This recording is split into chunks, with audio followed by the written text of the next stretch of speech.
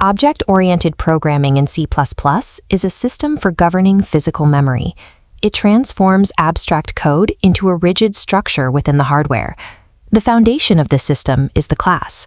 A class is a theoretical blueprint. It defines data types and behaviors, but it does not occupy any physical space in the system. When that blueprint is instantiated, it becomes an object. At this moment, the code claims a literal, measurable block of computer memory to store its specific state.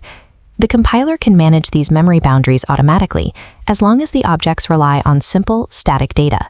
But the complexity increases when an object must request dynamic memory from outside its own initial boundaries. C++ divides memory into the stack and the heap. The stack automatically organizes basic variables with known sizes sequentially, clearing them when a function ends.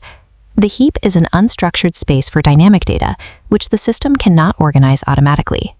This creates a tension. If the code does not explicitly define how objects on the stack interact with data on the heap, different objects can end up corrupting each other's memory. Tracking how an object manages its internal data across these two regions is the first step in building a stable C++ system.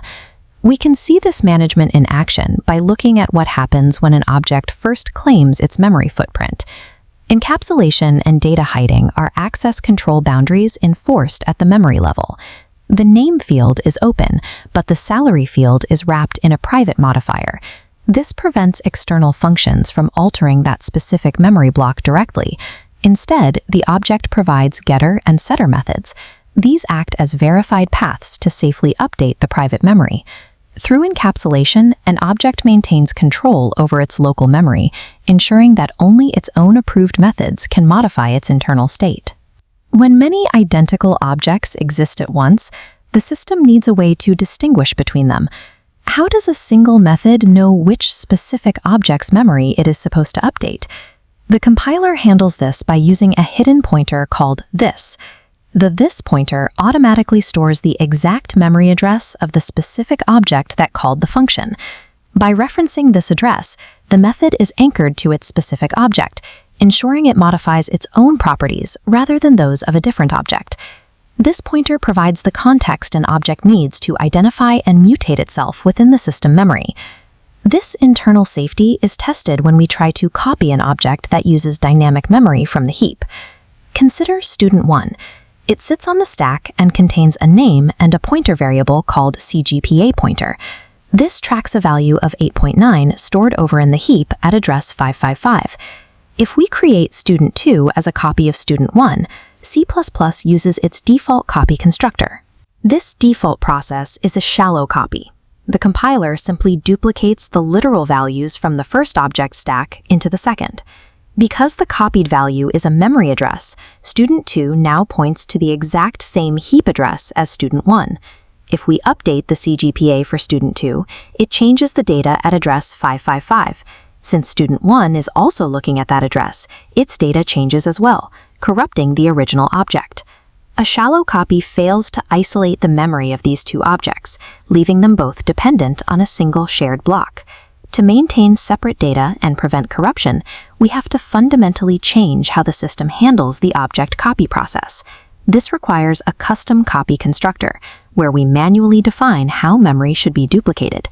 In a deep copy, the first step is to allocate a new block of heap memory specifically for the second object. Then, instead of copying the memory address, we copy the underlying value, the 8.9, and store it in that new block. Now the objects are separate. Changing student 2's data only affects its own heap block, while student 1 remains unchanged. Memory isolation is not the default state. It is a result of manually defining how dynamic memory is handled during a copy. Managing the creation and copying of objects is only half the task. We must also manage their removal. When a function ends, its local objects fall out of scope, meaning the program no longer requires them. C++ automatically reclaims memory on the stack.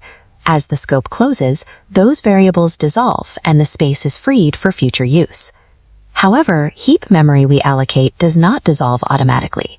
If stack variables disappear while the heap blocks remain, that memory is orphaned. This is a memory leak. These blocks stay locked in the system even though they can no longer be accessed, gradually slowing down the computer.